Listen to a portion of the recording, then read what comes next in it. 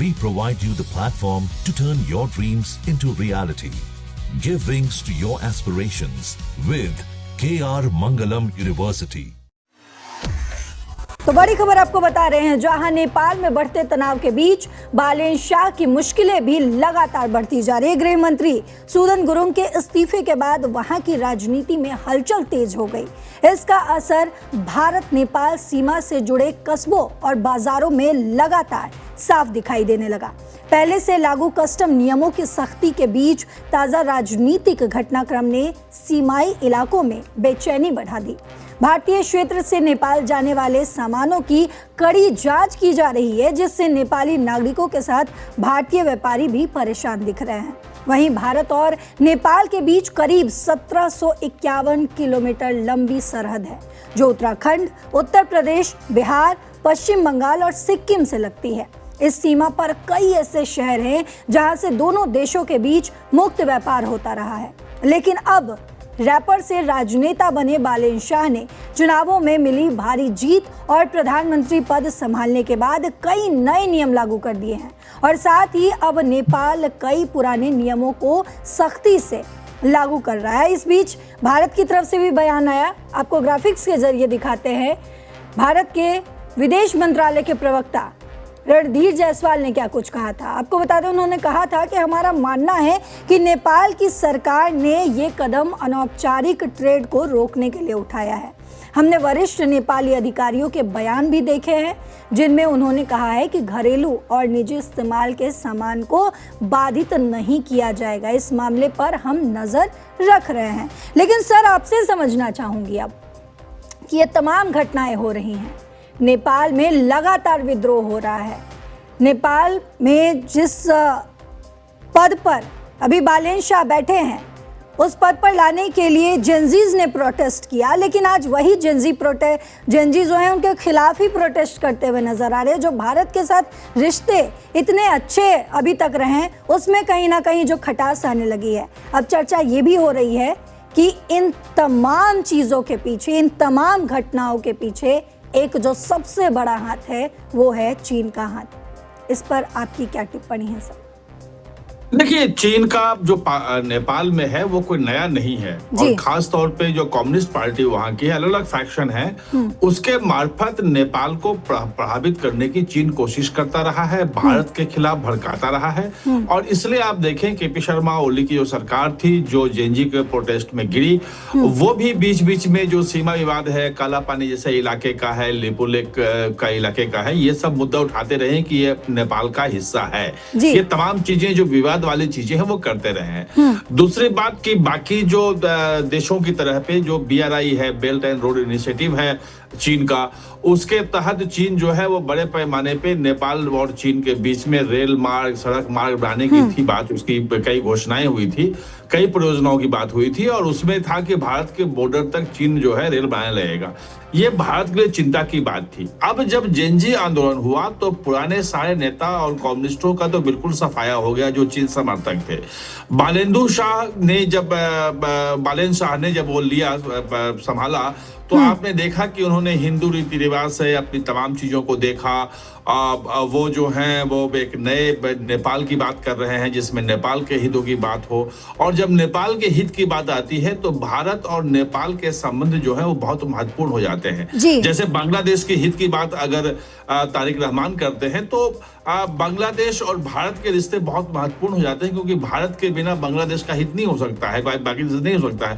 यही स्थिति नेपाल में भी है। बांग्लादेश का उदय ही तो भारत की वजह से हुआ है। अगर भारत जो है उस वक्त हस्तक्षेप नहीं करता, जिस तरीके से पाकिस्तान में बांग्लादेशियों पर, बंगालियों पर जो एक वहां पर अत्याचार हो रहा था, अगर भारत नहीं बीच में आता तो शायद आज बांग्लादेश नहीं होता। वो एक चीज है, लेकिन वहां पे एक कट्टरपंथी इस्लामिक धारा भी है, खासतौर पे जमाते इस्लामी के मार्फत, जिसपे शेख हसीना ने 2006 में, मुझे तक ध्यान है कि वो बैन कर दिया था उसको। वो एक है जो भारत विरोधी प्रो पाकिस्तानी करता है और उसी के प्रभाव में आके आपने देखा था कि मोहम्मद यूनूस ने वहां किया था। खैर वो बांग्लादेश की बात हो जाएगी, हम नेपाल पे आते हैं। तो मेरा ये कहना था कि नेपाल में जिस ढंग से बालेन शाह की सरकार सरकार भारत के पक्ष में आ रही थी और भारत से रिश्ते सुधारने की बात कर रही थी, वो एक बड़ा संकेत चीन के लिए खतरा था। जी बिल्कुल। अब ये चूंकि नए हैं, इनके पास सत्ता का अनुभव नहीं है, उम्र बहुत कम है, और जिस ढंग से इनके छोटी छोटी चीजों पे इनके गृह मंत्री के गुरुंग के निवेश पे बात उठ गई कि हाँ ये निवेश किया, वहां निवेश किया, कहीं कुछ बात हो रही है, और जो सीमा पे चीजें हो रही हैं भारत के सीमा पे, वो कहीं ना कहीं दिखाता है कि जेनजी को एक सोशल मीडिया के मार्फत से, क्योंकि जेनजी को समझ में नहीं आता है लेकिन उसको इन्फ्लुएंस किया जाता है। इसको जो कहते हैं फोर्थ जनरेशन वारफेयर कहते हैं इसको, जिसमें सैनिक नहीं लड़ते हैं, वो एक वहां की जनता को ही किसी मुद्दे पे भड़का करके और उस देश के खिलाफ करने की बात होती है। तो ये फोर्थ जनरेशन वारफेयर का हिस्सा है, और जो अभी जो हो रहा है वहां पे प्रोटेस्ट, उसके पीछे चीन का हाथ अभी सीधा सीधा नहीं आया है, लेकिन जो आशंका हो रही है वो ये निश्चित रूप से है कि ये अभी तो 1 महीने सरकार बने हुआ है। जी बिल्कुल। और 1 महीने में किसी सरकार के खिलाफ इस ढंग से प्रदर्शन नहीं होने लगते हैं जिस ढंग से होने शुरू हुआ है, यानी कि कहीं ना कहीं दबाव में लेने की कोशिश है, भारत के साथ संबंध न सुधारें उसकी कोशिश है, और सुधारने की कोशिश करें तो उनको अपने देश में ऐसा बदनाम कर दो कि कहीं ना कहीं उनके खिलाफ सर, क्योंकि हमने देखा है बीते दिनों चीन जो है तमाम कोशिशें करता रहा है माफ कीजिएगा, चीन जो है तमाम कोशिशें भारत के खिलाफ करता रहा है कि कई ऐसे जगह हैं भारत के जो अभिन्न अंग है उस पर चीन जो है अपना दबदबा दिखाता है और कहता है कि ये चीन का हिस्सा है।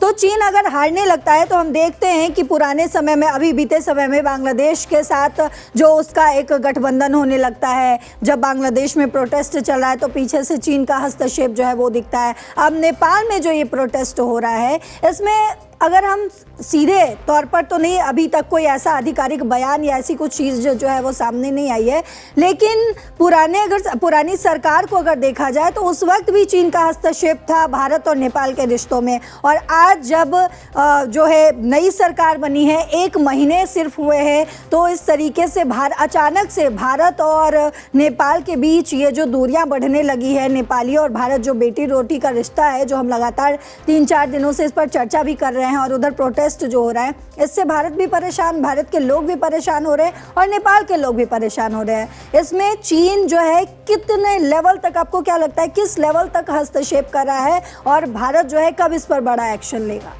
नहीं, ये बड़े लेवल पे देखिए, इसमें है क्या कि कोई सबूत मिलते नहीं है, लेकिन जब पुरानी सरकार थी तो उनकी एक महिला राजदूत थी वहां पे, और वो तमाम प्रधानमंत्री से लेके और तमाम मंत्रियों से मिलती थी, राष्ट्रपति से मिलती थी, और सारे जो कहा जाता था उस वक्त, जो खबरें आ रही थी कि वो जितने डिसीजन होते थे वो सब प्रभावित कर रही थी वहां से।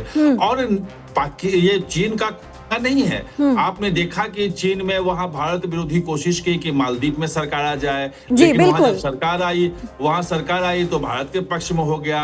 अब कम्युनिस्ट पार्टी जो है वो लेफ्ट वाले जो हैं वो जीत गए श्रीलंका में, तो श्रीलंका में कोशिश की, वहां भारत को घेरने की कोशिश की, लेकिन वहां वो भी चूंकि भारत मदद करता है तो भी भारत के साथ आ गया। मोहम्मद यूनुस को भारत के खिलाफ भड़काने, पाकिस्तान के साथ मिलकर भड़काने की पूरी कोशिश हुई, लेकिन आज जीत के आ गए। तारिक रहमान वो भारत के पक्ष में हो गया।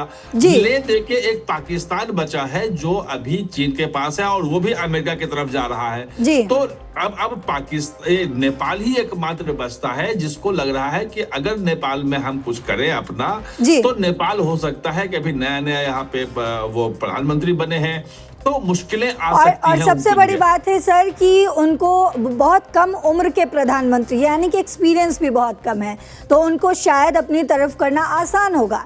लेकिन समझने वाली बात तो एक ये भी है सर कि उस प्रधानमंत्री के आगे पूरा का पूरा देश है, वो जेनजीज हैं जो उस प्रधानमंत्री को लेकर आया है। तो इनके लिए कितना मुश्किल जो है अगर वो चीन की तरफ झुकाव अपना दिखाते हैं, क्योंकि भारत और नेपाल का एक बहुत अटूट रिश्ता रहा है। वहाँ की बेटियां जो हैं वो भारत में ब्याही हुई हैं, भारत की बेटियां जो है नेपाल में हैं। कई ऐसे लोगों के बयान सामने आ रहे हैं जो इस परेशानी को बता रहे हैं। तो क्या लगता है आपको, अगर बालेन शाह का झुकाव जो है वो अगर चीन की तरफ होता है और इस बात को जो है जेनजी समझ जाते हैं, तो बालेन शाह के लिए कितनी बड़ी मुश्किल जो है वो खड़ी होने वाली है?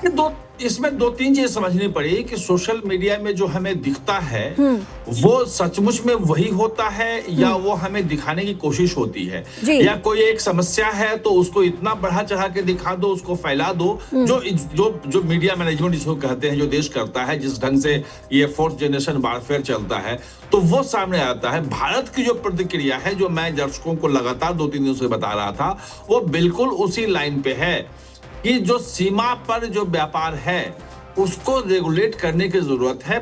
जो गलती हुई है नेपाल की तरफ से वो ये हुई है कि सीमा पर जो व्यापार है वो आप सीधे सीधे वहां पे सेना उतार के, सीमा सुरक्षा बल उतार करके, लोगों को परेशान करके नहीं कर सकते हैं। वो भारत के साथ बैठ के बातचीत करके, जो सीमा का कैसे कहां से होता है उन जगहों की पहचान करके वो रोकना होगा। सीमा पर अवैध व्यापार सिर्फ नेपाल के लिए दिक्कत वाली बात नहीं है, भारत के लिए भी है, क्योंकि भारत का भी उससे नुकसान होता है। तो वो रुकना जरूरी है, लेकिन रुकने का तरीका वो नहीं। अच्छा, मैं ये भी देख रहा हूं कि वहां पे सुधरे भी हैं। जो पहले दिन जो बात आई थी कि सीमा पे 100 रुपए के ऊपर हर चीज लगा देंगे, जो खाने पीने की चीजें थी, बिल्कुल हर चीज पे सर 100 रुपए से जो भी चीजें जिसका भी प्राइस जो है वो ज्यादा है, हर चीज पे कस्टम ड्यूटी लगाने की बात की जा रही है। लेकिन हमारे दर्शक जो लगातार जानना चाह रहे हैं, सवाल पूछना चाह रहे हैं कि अगर बालेन शाह का झुकाव दिख जाता है, समझ में आ जाता है, जो कि अभी जेनजीज जो हैं वो सड़क पर उतर आए हैं, तस्वीरें सामने हैं, हमारे दर्शक जो हैं वो तस्वीरें भी देख रहे हैं। अगर बालेन शाह के खिलाफ पूरी जेनजी हो जाती है, क्योंकि उनका अगर झुकाव चीन की तरफ समझ में आ जाता है जेनजी के को, तो बालेन शाह के लिए कितनी बड़ी मुश्किल होने वाली है सर? बड़ी मुश्किल हो जाएगी, लेकिन इसमें जेनजी को उस रूप में चीन इस्तेमाल कर पाएगा वो मुझे उसमें संदेह है, क्योंकि उसमें भारत भी लगेगा, बाकी भी शक्तियां लगेंगी, क्योंकि उनको कैसे काट किया जाए। और ये जेनजी को भी वहां समझना पड़ेगा कि बालेन शाह का विरोध करना और अभी तत्काल वहां सरकार बनी है वो उनके हित में भी नहीं है। अगर आप ये भी हट गए तो फिर बनेगा कौन?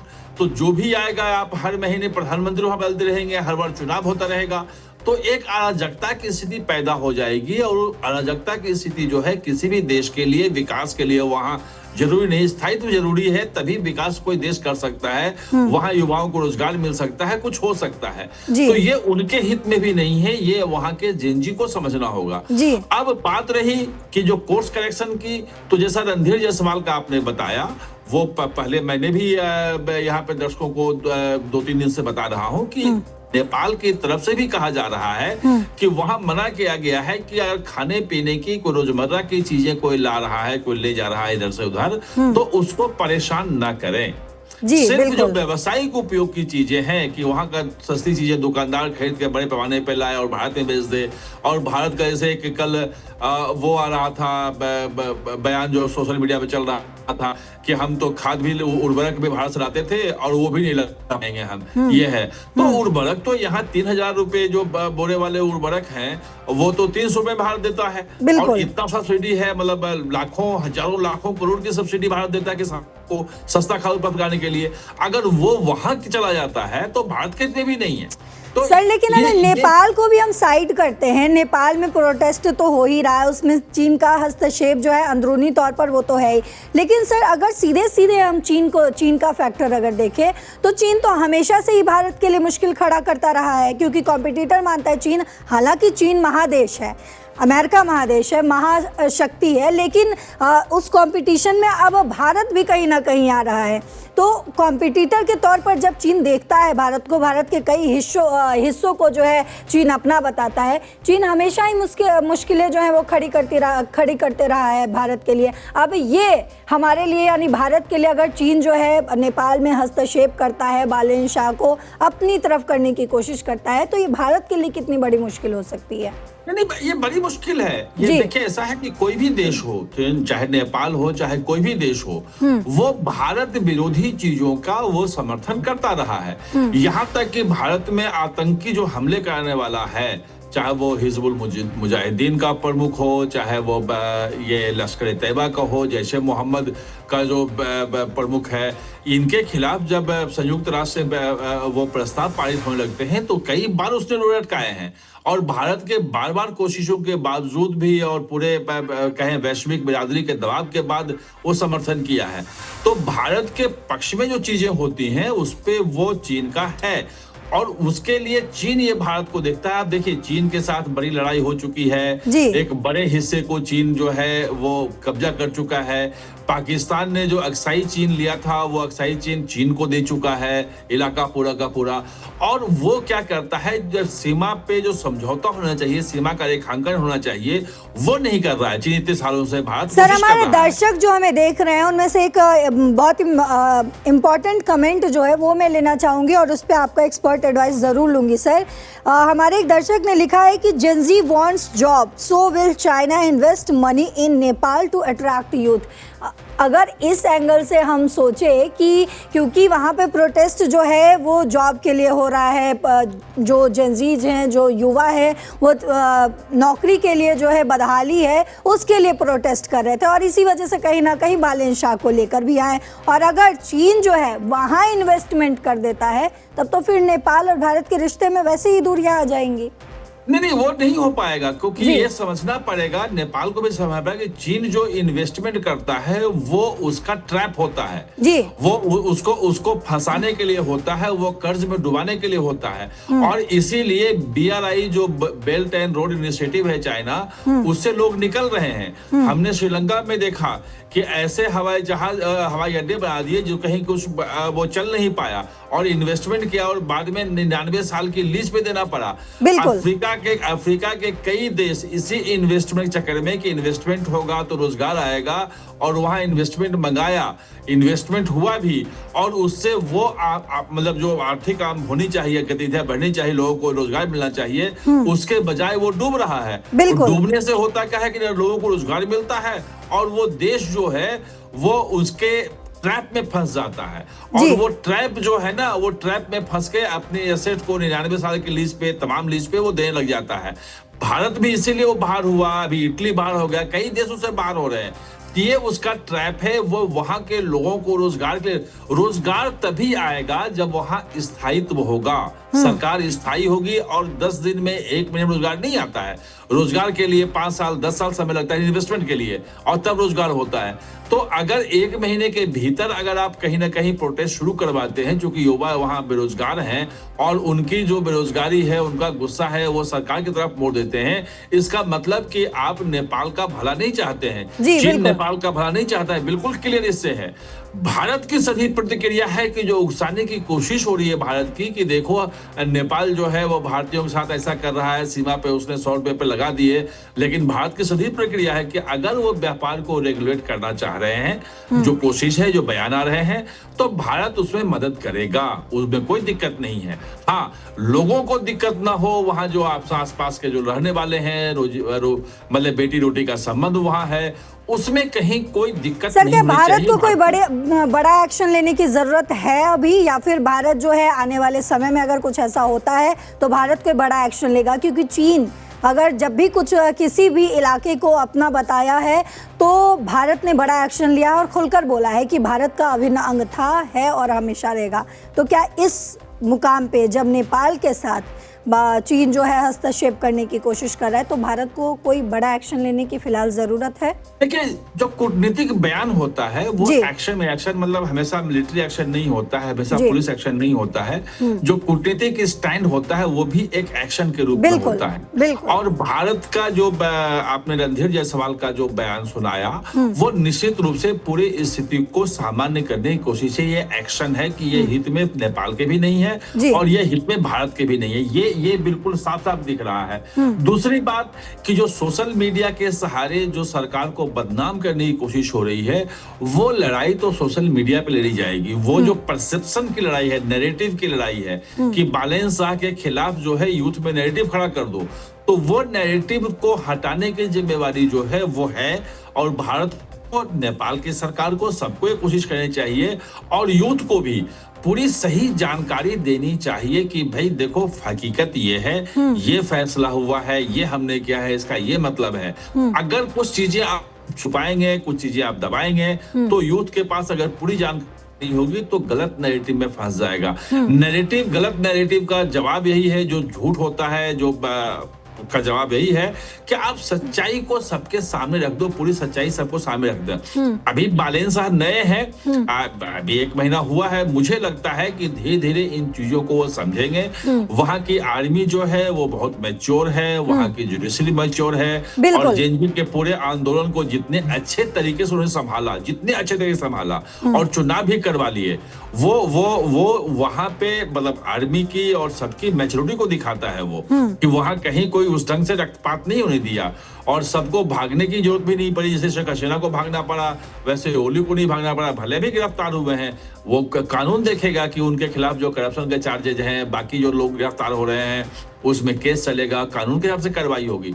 तो नेपाल के लोग मैच्योर हैं, ये एक मुझे लगता है कि एक कोशिश उसकी है, और कोशिशें अब उतनी कामयाब नहीं हो पाएगी। जैसे स्थिति जो है धीरे धीरे सामान्य हो रही है, भारत ने भी स्टैंड कर दिया है कि ये जो सीमा पे जो शुल्क लगाया जा रहा है, एक्साइज ड्यूटी ली जा रही है, ये ड्यूटी सिर्फ और सिर्फ जो है वो व्यवसायिक चीजों पे हो, रोजमर्रा की चीजों पे ये ड्यूटी नहीं होनी चाहिए। और नेपाल भी इसको मान रहा है, वहां के जो मंत्री हैं, जो अधिकारी हैं, उनका भी बयान आ रहा है। बिल्कुल सर, भारत की तरफ से भी जो बयान सामने आया वो भी हमने देखा। एमईए के प्रवक्ता रणधीर जायसवाल ने बयान दिया कि भारत की नजर लगातार बनी हुई है कि आखिर क्या कुछ सीमा पर चल रहा है। तो आपको हमारे एक्सपर्ट ने बताया कि कैसे भारत और नेपाल के बीच जो रिश्तों में जो कुछ भी हो रहा है, जो खटास कहीं ना कहीं तनाव आ रहा है, उसके पीछे कहीं ना कहीं चीन का हाथ ज़रूर है। क्या कुछ और